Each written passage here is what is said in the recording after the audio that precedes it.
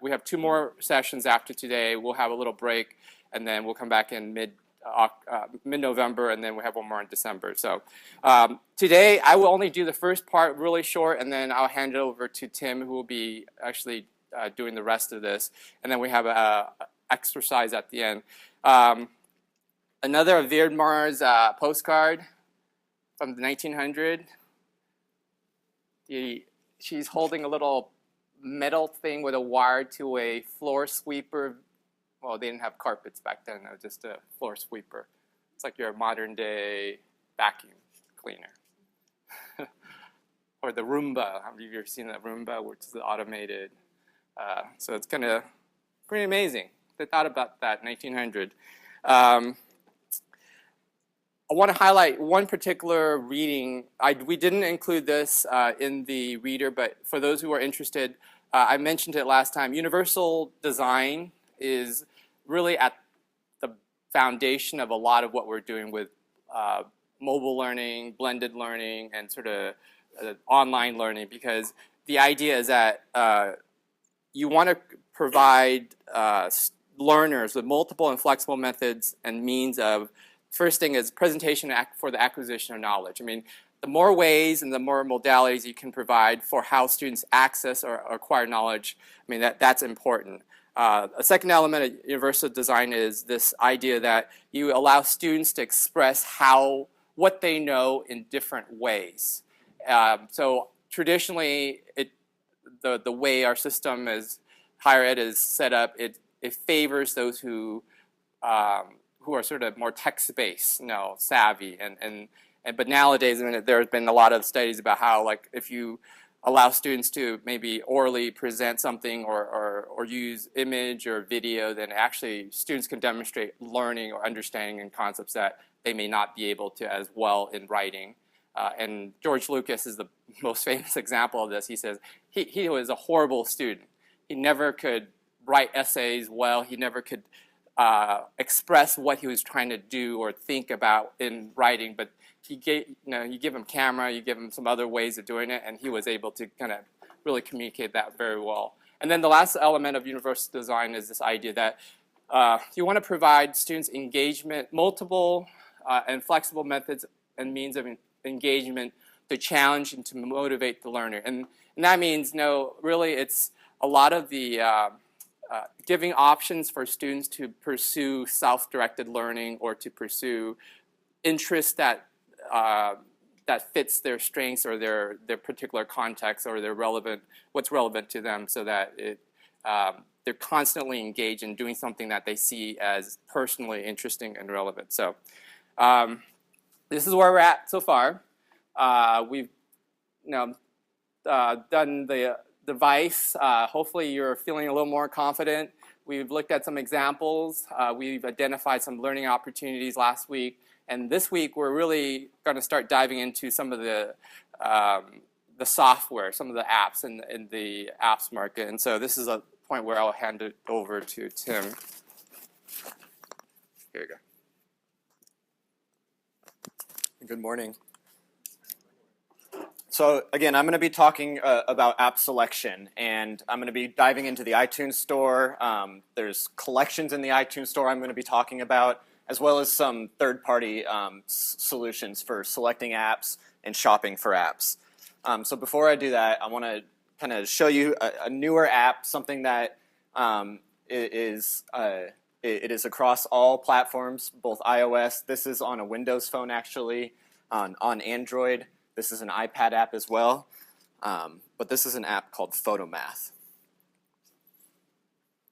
And you'll see there's some sound to this video. It's just a little tune playing along. Shows an algebra book opening up. He brings in his phone, the PhotoMath app, and he's scanning a problem, and it's instantly solving the problem. And you can see these are pretty complex algebra. These are at least 4 or 5.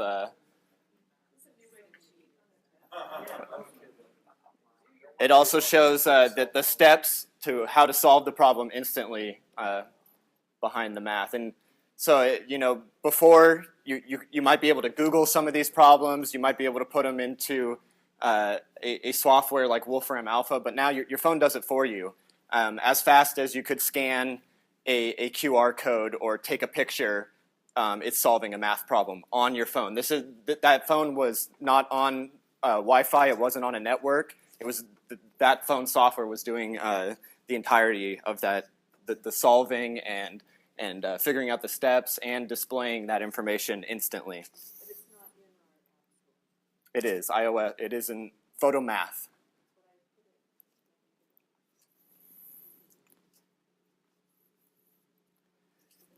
And so again, I'll show it to you when we get into the iTunes store. So when I think of going onto the iTunes store and picking a new app or buying a new app, usually the default is first. This is the home page for the iTunes store. I scrolled down a bit. You can see at the top it says best new apps, best new games, and then they have some collections in the middle. And some of their bundles, a newer way to shop the App Store. But this is a lot of information to take in. There's a lot of colorful games on here. The only thing I see that might catch my eye is some of these red icons at the top. It's really hard to shop the front page of the iTunes Store. So I'm going to get into how to kind of dive into the collections and get past the top free, best new apps, top free kind of thing. That we usually default to when we're shopping for apps. So this, and again, I'm gonna get into the iTunes Store in a little bit, but this is a screenshot of the education section of the iTunes Store. And again, we have some rows of apps at the top, some ones that we have talked about, some ones that we haven't. The education store can have some younger age-focused apps in it, a lot of preschool and kindergarten and K through 12 stuff. But if you see, I've highlighted the first collection down here. And if you are on the home page of the education collection or section of the iTunes Store, you will be able to see these collections, and you can see how it's labeled down here. And then this is jumping into that education collection. It has starter kits for teachers. It has things for learning code, for painting and drawing, for arts, lifelong learning. Here we're in the iTunes Store now, and again, this is a similar view to what I was showing you before. We see best new apps, and clicking into this, there's a lot of games, there's a lot of free stuff. This isn't probably where I'd start when looking for an app. So if we go into the categories section in the top left, and I click into education. And again, lots of younger aged games here. But if we scroll down a little bit, we see the collections. You see there's quite a few of them that we could click into here. I like to start at the beginning in education collections. And so again, this kind of gives me an overview and starts narrowing down the collections a little bit. By categorizing them. There's collections based on your discipline.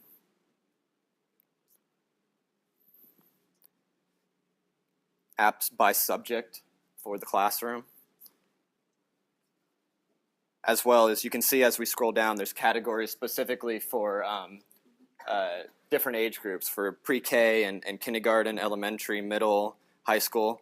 I wish there was another list of these for higher ed, but they do give us a see all selection where they have a few of their more popular higher ed apps. A new category, and especially we're all using brand new devices. We're all on the latest version of iOS. At least we should be. Right now, the latest version of iOS is iOS 8.1. That's an update from the newest version of iOS, which is iOS 8. And there's a few things that iOS 8 has brought to the table that older versions of iOS didn't. There's one thing that we can now do is you can have widgets which kind of live up in your notification bar. I have a few widgets in mind. You can see I have a weather widget here. It's a little hard to see.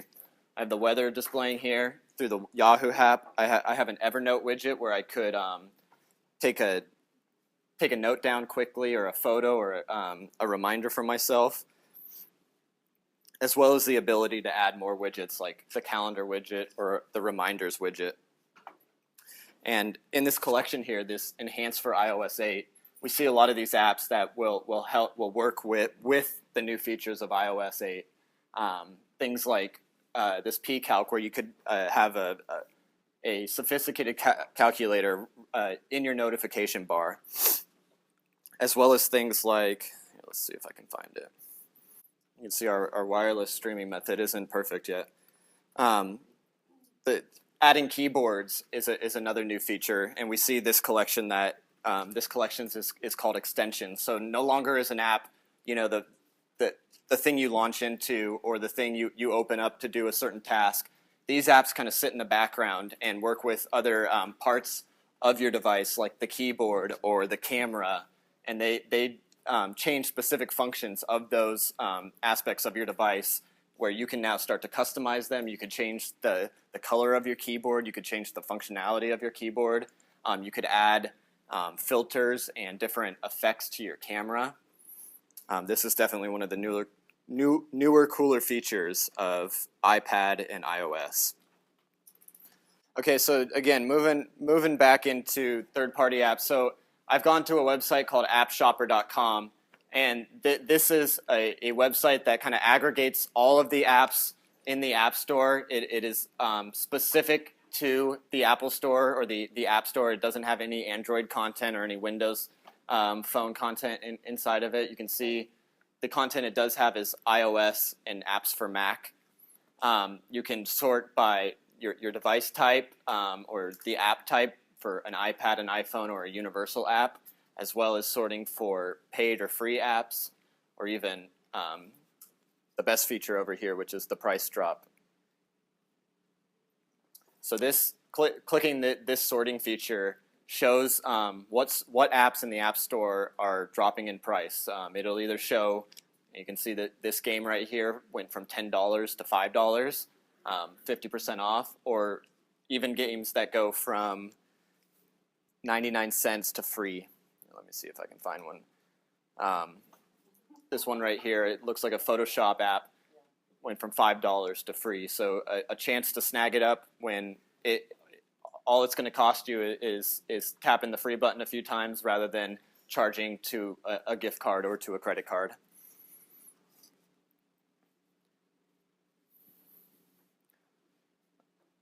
There's also ways to sort by category. There's some quick statistics. They say that a majority of the apps that are downloaded on any device are only used once, meaning the moment it's downloaded and use it, and then So maybe if you needed an introduction to robotics, you could buy this app for free.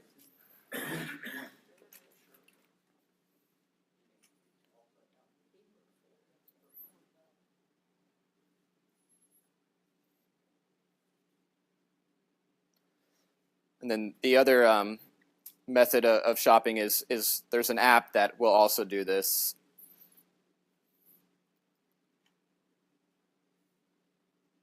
So if I search app price drop in the iTunes Store, any of these apps on the top will do it. Some of them are a little bit more dated than others. I think this, and based on reviews, it looks like this app's gone free, and this app price drop are some of the better apps. You can see this one has over 7,000 reviews with 5 stars. Same thing over here, about 3,000 reviews with 5 stars. So again, this app is doing the exact same thing. You can see it's even displaying the same information that other website was displaying. It's telling us that this Laminar Pro app is the one you should be downloading right now, because it was $5 before and it's free at the moment. Usually these kind of sales are like for a day. You're going to come back tomorrow, and that's not going to be there anymore. If it's free, purchase it now. Go find it in the App Store. I would hope that this will launch you. So this will launch you into the App Store if you why not? It's telling me to do it. might as well. Thinking. So again, these are different ways to be browsing for apps either via the internet or inside of the App Store. Something else to think about is a lot of these apps will have apps that will also work on your PC or your Mac. They'll have apps that can kind of start syncing your data together, that can start syncing your devices together. So you're not relying on kind of your email and your Google Drive to be syncing your devices. You're actually using your apps and your content within those apps to be syncing across. So an example of that is like Evernote. Signing into Evernote across all your devices and using that content continually through your devices. So again, you can see that this website is displaying the identical content. One way I try apps or choose to download apps is just going into the App Store and digging through it, reading reviews, looking at the popularity of the app, how many stars it has, and maybe why it has so many stars. Apps will always have reviews based on the most recent update. So reading, what's going on with the most recent update, what are people having trouble with. Maybe they're saying it doesn't open up for them every time, it crashes once in a while. It's probably not an app you want to download. You probably want to find something that's going to be reliable and people aren't having problems with it. They aren't complaining that it hasn't been working for them. You could go into your device and start deleting some of the content out of it. The best way to do that would probably be hooking it up to your computer, maybe taking some of the music off of it, some stuff that you can put back onto it easily. So you clear off a good chunk of your space. For the iOS 8 update, you need 7 gigabytes of space for the software to download, to install, and then it takes about it's like 800 megabytes or about a gigabyte of space when it's done. So it gives you some of that space back, but you do have to have that space cleared off. When I was doing it from my personal devices, I wiped off the photos and the videos, the music, and then re-put that content on my iPad after I had updated the software.